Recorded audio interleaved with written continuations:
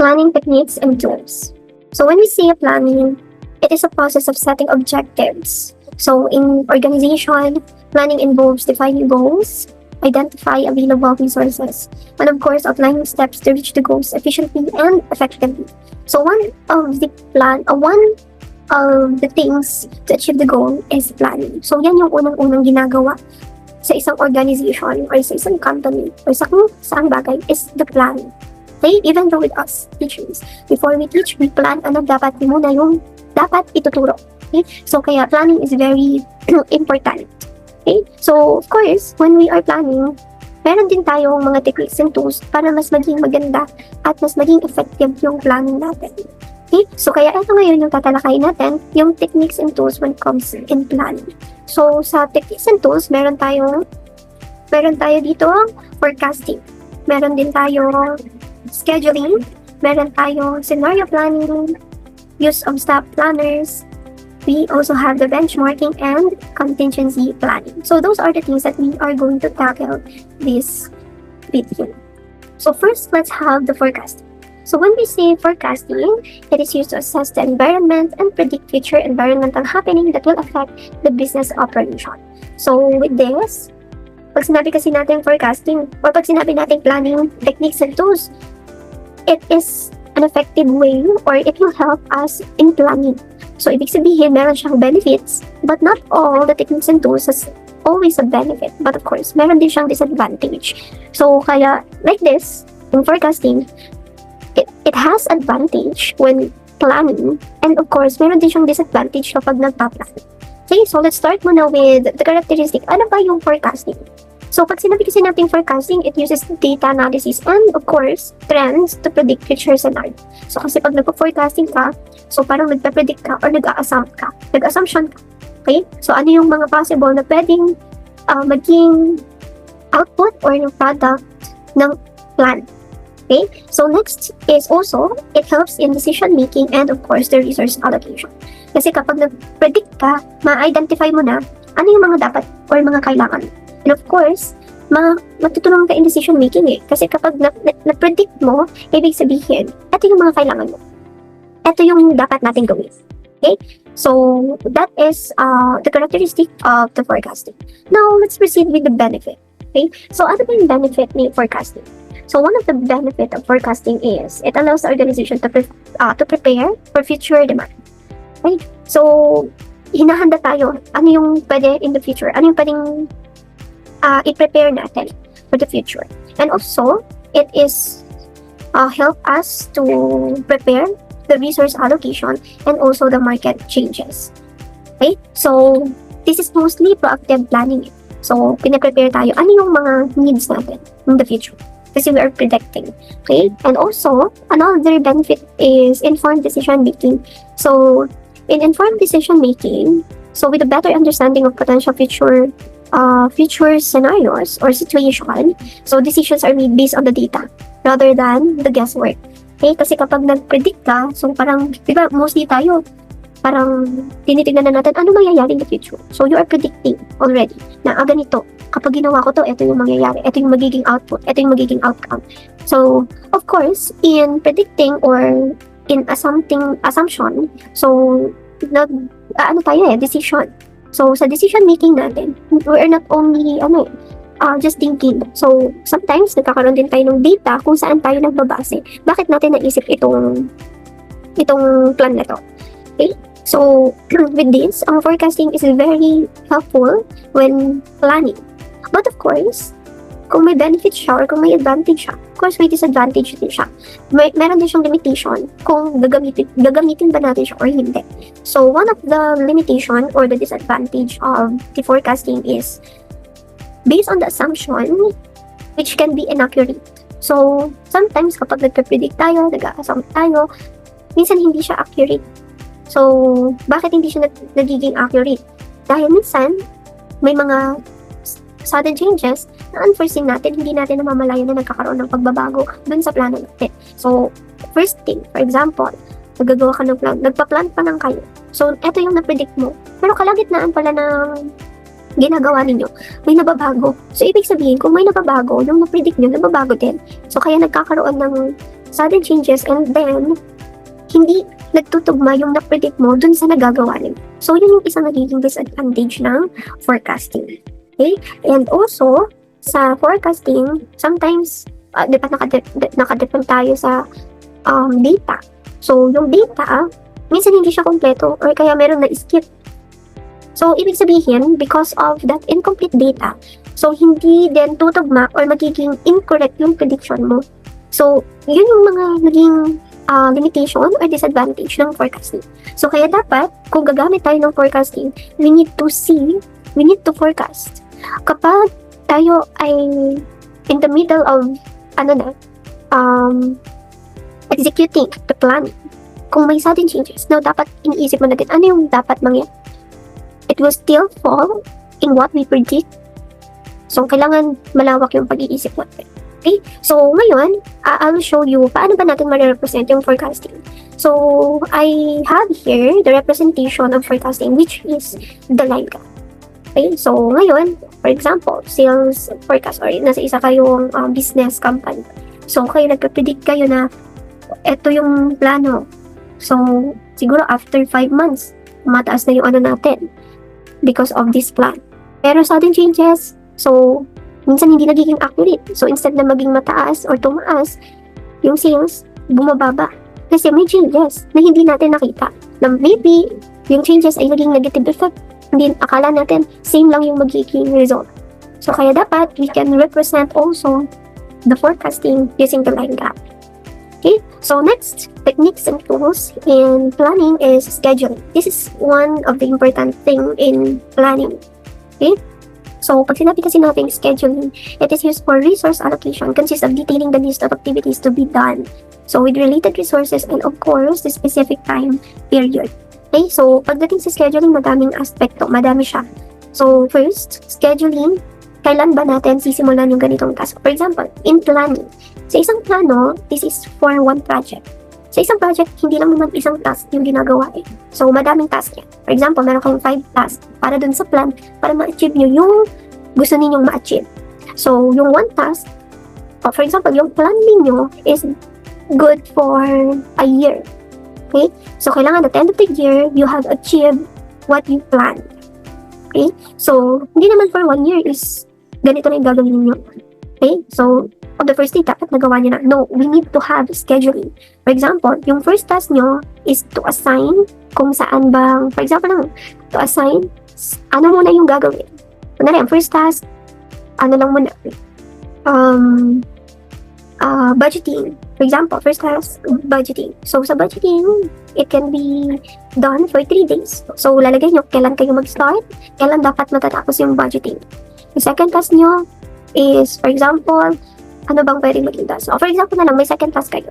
Kailangan, in 1 week, tapos so, kailan kayo mag-start, kailan dapat matatapos. So, dapat meron kayo monitoring. So, si monitoring is also part of the scheduling. Okay? So, kailan dapat, you identify the list of activities or tasks na dapat magawa ninyo para at the end of the task is makakasabay kayo dun sa end of period na sinet nyo yung plan na yun. Okay? So, with this, ating scheduling is also meron siya benefit and also disadvantage. Okay? So, first, let's have muna ano ba ang scheduling, the characteristic of this. Okay? So, yung scheduling will prioritize the task and allocate times, resources. Helps ensure the tasks are completed on time. Okay? So, that is one of the characteristic po ng ating scheduling. So, ngayon, let's proceed with the benefit. So, yung benefit kasi ng scheduling, actually malaking impact yung scheduling. Okay? So, it helps to see and to sure na efficient. Okay? Efficient yung mga resources natin. Okay? And also, it helps track progress and meet deadlines. Okay, kasi kung makikita mo, kung meron tayong schedule, makita nyo, ay dapat ito tapos na. So, kailangan dito muna ako mag-focus. Kasi ito yung pinaka-importanting kailangan mauna bago yung susunod na task. Okay, so kaya mas maganda meron tayong list of activities para makita natin ano ba dapat yung mauuna. Ano yung mga dapat na i-focus muna? Kasi kung hindi ma-focus, hindi magpa-function yung ibang task. Okay? So, kung may benefits si scheduling, of course, may limitation din si scheduling. So, scheduling can be rigid leaving little room for unexpected changes. Okay? So, kasi kung merong sudden changes, for example, nakapaglagay ka na ng scheduling, then the middle of your execution, may tawag dito, may sudden changes. So, magugulo yung scheduling mo. Katulad na lang, for example, hindi lang naman task. Kunwari, scheduling sa employee. Kunwari, meron kayong 6 na employee. Yung 3 employee, pumapasok lang siya ng MWF. Tapos yung 3 employee, for example, ang pasok niya is Tuesday, Thursday, Saturday. Eh, may 2 employee na umabsent ng Monday. So, mag-a-adjust kayo. So, adjusted. Okay, so, kaya nagkakaroon ng sa scheduling. So, that is one of the disadvantage. Kaya naman, kapag for example, scheduling, ito yung naka-allocate na time. Then, merong kailangan isingit. Kasi mas importante. So, isa siyang nagiging ng scheduling. Kaya disadvantage. And another disadvantage of scheduling is complex schedule can become difficult to manage. So, it is connected also sa previous one, no? Kasi kapag may nagkaroon ng sudden changes, then mahirap kasing gumawa. Mahirap i-manage yung scheduling. Okay? So, schedule is mahirap siyang i-plot kasi you need to consider everything. Okay? So, ngayon, para mas matulungan tayo to have the scheduling, so mostly ang ginagamit for scheduling is the Gantt chart. So, for example, ayan. Meron palang example dito. For example, ito yung project ninyo. Yung task 1 ninyo is kailangan magawa ninyo ng January 1 to January 4. For example, January 1 to January 4. Tapos, nag-start kayo ng January 1, tapos 75%, namomonitor ninyo that 75%, itong green na yan, that this Monday to Wednesday is nakukompleto nyo na yung task. And 25% na lang to finish the task within the given set date.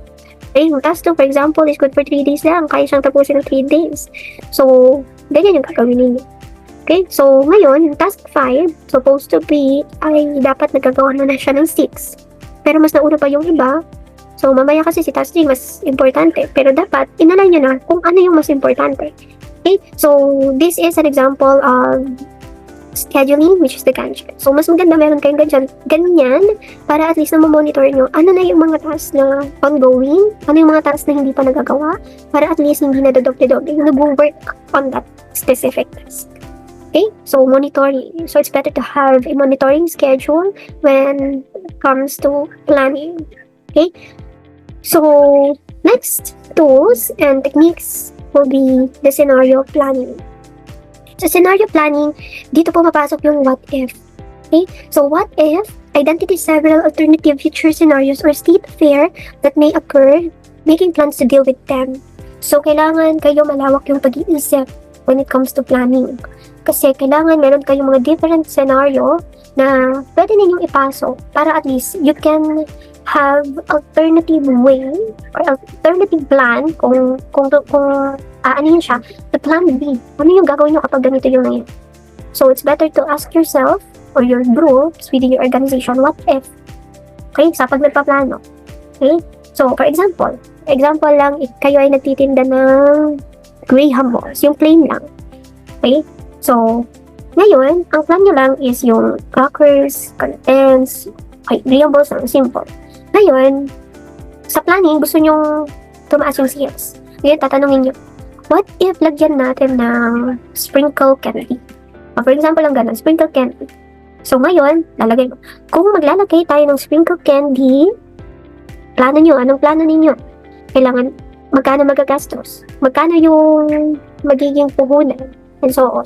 So kailangan meron kayong mga alternative. Then after that is yung magkano ngayon ibebenta? So kailangan meron kayong mga different thinking or malawak yung pag-iisip ninyo kapag nagpa-plan kayo. So, it's better to have the what if question to yourself or within the organization. Okay? So, now, for the scenario planning is we have the benefit. Okay? So, for the benefit, let's have the characteristic one. So, for the scenario planning, it considers multiple future scenarios. Okay? So, kailangan madami kayong mga what if questions or what if scenarios.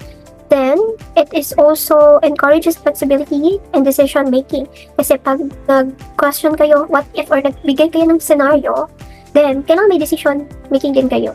Okay? Decision making skills. Kasi kapag tinanong mo yung sarili mo, what if ganito, dapat may sagot ka din.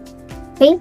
Then, and the scenario planning is most commonly used for long-term strategic planning. Okay, so most commonly pang long term. So kung short term lang naman yung planning ninyo, then pwedeng hindi na kayo gumamit ng scenario planning, but still you can apply. Okay, and then for the benefit is it helps prepare for uncertainties. Okay, kasi for example, nagpaplano kayo, then you ask yourself, what if ganito yung gawin natin? So sa plano pa lang natanong mo na. But in the future, may magtatanong pala na, pwede po ba sa susunod ganito, ganyan? So nakapag na kayo, parang included na siya sa plan ninyo. Kasi parang na-foresee niya na siya, na-forecast niya. Okay? So, ibig sabihin, it is connected, no? Yung mga techniques and tools natin, it is connected. So, nakikita mo na agad ano yung mga pwedeng mangyari in the future. Okay? So, those are the benefit ng scenario planning. And also, it encourage adaptability. Okay? So, yun po yung mga benefit ng scenario planning. Now, ngayon, let's move with the disadvantage. So, isa sa disadvantage ng scenario planning is time-consuming. Tama naman, time-consuming. Kasi, iisip ka pa ng ganito, ng ganyan. Ano mangyari pag ganito yung ginawa natin? So, it's time-consuming. So, kaya most commonly, ginagamit talaga siya kapag, long-term. Okay? So, another is, the scenario may not account for all possible variables. Okay? So, minsan kasi, yung mga scenarios, minsan hindi siya accurate dun sa inyong plan. So, kaya much better na kung magkakaroon tayo ng scenario planning or what if questions ourselves, make sure na tingin natin 60% is mag-occur siya. Okay? Possible siya mag-occur. So, ngayon, in representation of scenario planning is the decision tree. Okay? So, ayan yun. For example, meron ba dyan, for example, product launch strategy. O kunwari, magla-launch kayo ng strategy. So, first, meron kayong what if. What if no testing? Hindi natin ite-test. Yung isa naman, what if i-test natin? So, ano kaya magiging result nun? So, kapag no testing, kaya for example, no testing. So, ang possible na maging result niya is 30% successful, 30% fail, or 40% modest. So, yan yung mga possible na dapat makita natin. For example, kapag nag-market testing tayo. So, kapag nag-market testing tayo, so may makikita tayong mga positive and negative effect nun. Ano yung mga positive? For example, 65% positive, 35% negative. Ngayon, tingnan mo, ano yung mga naging positive? Ano yung mga naging negative? So, syempre, kung nakita mo na agad yung mga negative, so ano yung mga dapat i-improve? And so on. Okay? So, this is for the scenario planning. So, napoforesee nyo na ano yung mga pwedeng mangyari in the future. Okay? Kapag sa sarili nyo pa lang, kayo na mismo nakadiscover ano ang magiging nito in the future. Okay? So, nagagawa na agad natin ng paraan ng alternative response. Okay? So, that is for the scenario planning. Now, let's proceed with the next one, which is use of staff planners. Okay? So, pag sinabi natin use of staff planners, it is hiring persons are called staff planners. They are the ones who go through planning process then present them for approval. Okay, so ngayon, for the use of staff planners, yung characteristic nito is to manage employees' availability and workload. Ibig sabihin, dito po papasok yung sa staff, okay, or sa employees. For example, scheduling, sino gagawa ng ganitong task, sino yung ganitong task. Okay, sino yung papasok ng ganitong araw, sino yung hindi papasok ng ganitong araw, and so on. So with this, the use of staff planners, so the characteristic is also helps avoid over or understaffing. Kasi, for example, ganito kalaki yung plan ninyo, pero 3 lang kayong gumagawa. So, understaffing yun. So, ibig sabihin, it's either ma-achieve nyo yung goal, pero sobrang tagal, or hindi nyo ma-achieve yung goal. So, kaya dapat, you list down ano yung mga kailangan ninyo. Okay, ilang persons, ilang employees ang kailangan ninyo to work on the specific project. Okay, so another is the commonly used in business with shift workers. Yun nga. So hindi naman pwedeng same for example long term. kaya long term or whether it is short term planning. So, hindi naman pwedeng Monday to Saturday or Monday to Sunday ito rin gagawa ng project na yun. Kaya naman, kung gusto nyo, mas effective, mas yung efficient yung plan niyo, pwede naman 24 hours dapat may gumagawa ng project. Pero, hatiin niyo in shifting. For example, 8 hours, ganito. Night shift, ganito. So, you need to plan. Okay? So, with this, meron tayong benefit. So, the benefit of the staff planner is to improve operational efficiency and also to ensure fair distribution of workload. So, wag nating hayaan na isa lang yung gumagawa ng ganito, tapos sobrang laki ng project na ginagawa niya, tapos yung isang employee, ito lang yung ginagawa niya. Copy-paste, copy-paste. Tapos yung isa, execute, and so on. So, make sure to have a fair distribution of workload kasi minsan isa yung nagiging cause ng isang fail plan. Okay? Kasi minsan pag nagiging unfair, ano yung nagiging feeling ng isang employee. So, pag gano'n yung naging feeling ng isang employee, possible, hindi siya mag-work ng maayos, and so on and so forth. So, yan yung isang nagiging cause, workload. Okay? So, the disadvantage, na nga kanina yung sinabi ko, kapag unfair distribution of workload. Okay? So, hindi nagiging efficient yung operational. Okay? So, another is complex schedule can be difficult to manage and may not account for last-minute changes or absence. So, for example, may absent. So, isa siyang disadvantage kapag may absent kasi it's either bumabagal yung trabaho. Okay? So, kasi inassign mo dito o kaya naman, siya lang may alam nitong gagawin na to, absent siya. So, isa siyang nagiging disadvantage. Okay? So, in the use of staff planner, it can be represented in the shift schedule. For example, si Mark, ito sa sa isang restaurant, for example. So, si Mark, kung 12 to 3 p.m., Monday to Thursday, sa kitchen siya. Tapos yung 4 to 6 p.m. niya, doon siya sa bar. Okay? Tapos, may shifting sila. Yan. So, these are the work schedule. So, shift schedule, kailangan makita nyo, is it clear ba na kapag ganito yung ginawa ko, okay lang kaya sa mga employees and so on. Okay? So, ito isang importante, use of staff planner. Okay? So, may mga disadvantage, pero dapat makita natin ano yung way para maiwasan natin mga disadvantage na yun. Okay? So, next is the benchmarking. For the benchmarking, it is the setting of standards and assessing the organization's best practices to be standardized, and this planning technique can improve organizational process and planning implementation. So, pag sinabi natin benchmarking, it is mostly comparing Comparing in a way of improving. Okay, so for example, bigyan ko na lang kayo ng example. Last time, online classes. Okay, so for example, yung school natin, bago mag face-to-face or full implementation of face-to-face, nag-benchmarking muna.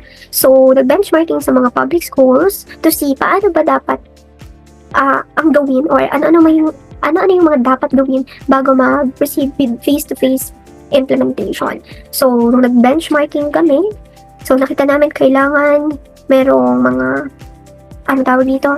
sa bawat sulok or sa gate, meron dapat hand washing, merong disinfectant alcohol, kailangan bago pagkauni ng mga students na UV na yung or na disinfect na yung mga classroom para kinabukasan pwede na ulit gamitin para yung mga viruses ay mawala.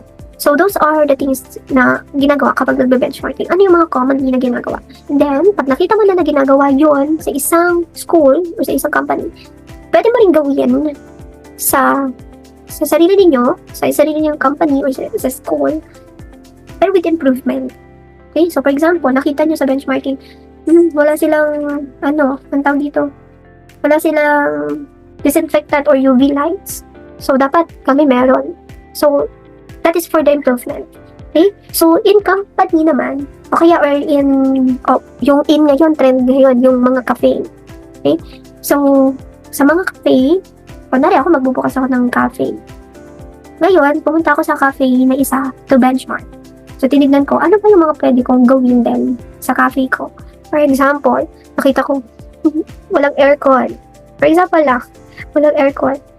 is it convenient to me or hindi siya convenient sa akin? Kung ako nainitan, then I suggest, dun sa cafe ko, lagyan ko ng mas maraming electric fan, o kaya naman, in aircon. So, yun yung pwede natin gawin. For example, sa mga, sa mga foods, for example, coffee, ito lang yung mga option. So, ikaw, ito lang ba yung pwede kong maging option din? Baka pwede ako magdagdag. So, you list down. So, ikaw, kunwari, dito sa cafe na pinuntahan mo, nag-benchmarking ka, 5 option lang yung meron na cafe. Then, sa'yo, dinagdagan mo. Okay? Para mas maraming option yung mga, customer. Okay? So, kunwari, nakita mo, ikaw nag-cafe ka. Okay? Nag-cafe ka dun sa cafe. Na-bored ka kasi kape lang yung iniinom mo. So, ngayon ikaw, bukod sa cafe, you think na gusto mong partneran ng bread, pastries. So, yung mga ganun, for the improvement, no? So, yun yung isang mga ng benchmarking. Okay? So, for the benchmarking is, the characteristic is to involve comparison with best practices. Okay?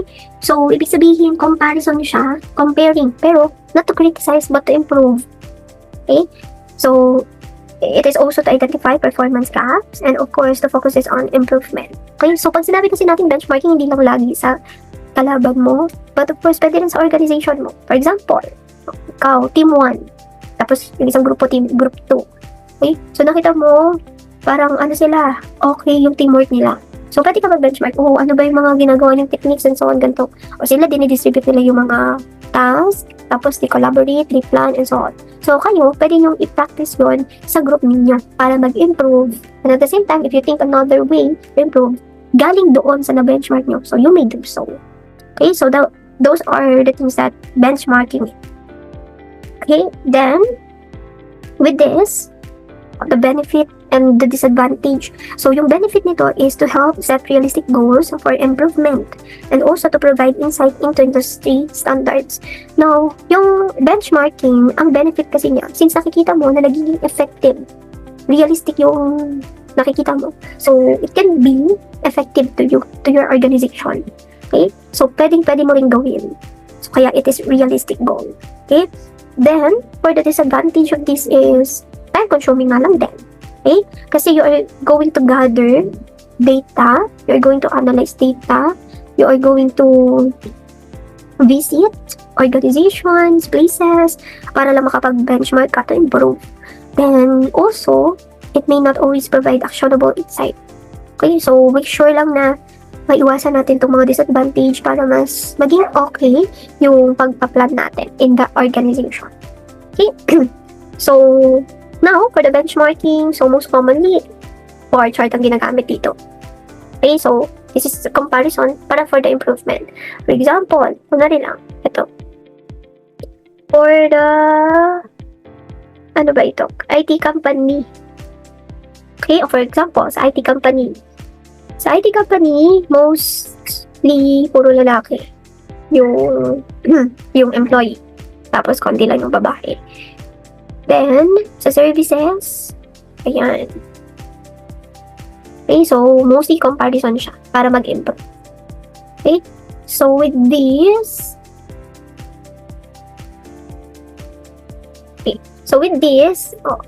different company. So, makikita nyo, sa isang company, puro lalaki yung, or puro men yung employee. The other company is puro girls. Mostly girls. Ngayon, for the services na meron is mas marami dun sa isang company compare dun sa, mas okay yung sa isang company. Then, medyo okay lang din dun sa isang company. So, those are the things ng bar chart in comparison sa benchmarking. Okay? So, the last one is the contingency planning.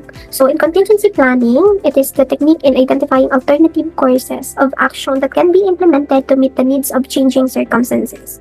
Okay? So, pag sinabi kasi natin contingency planning, ito yung mostly, mostly, kailangan meron kang prepared plan in case there are a change. Okay? So, with this, it involves comparison with best practices, focuses on risk management and preparedness, includes alternative plans and action, and commonly used in emergency planning. So, kailangan meron kayong plan A, plan B, Okay, katulad na lang ng ginagawa natin. For example, sa school. Okay? So, yung plan A natin is to have the face-to-face classes. But, there is a plan B just in case na magkaroon ng suspension due to typo or due to heat index para maging safe. Those are emergency. So, ang nagiging plan B natin is to conduct online classes. Okay? So, kung wala mang online classes, may plan C. So, dapat marami kayong mga plan. So, plan C is to conduct video recorded instruction like what I am doing now. Okay? So, kailangan meron kayong mga plan para at least if there's an emergency coming, is meron kayong mga alternative plan na nakaantabay. Kasi kung wala kayong plan B, plan C, so ano na lang yung gagawin natin just in case na may dumating na emergency situation. Okay? So, kaya dapat meron tayong contingency planning. Okay? So, now, the benefits of contingency planning is to increase resilience and preparedness. Okay? Kasi kung may plan A, plan B, plan C ka, ibig sabihin prepared ka sa kung ano man yung maging situation na meron. Okay? And also, it helps minimize the impact of disruption. Okay? So, katulad nito, may online class tayo, may video recorded, or we can have the instructional videos. So, ibig sabihin, there's no disruption of classes. Okay?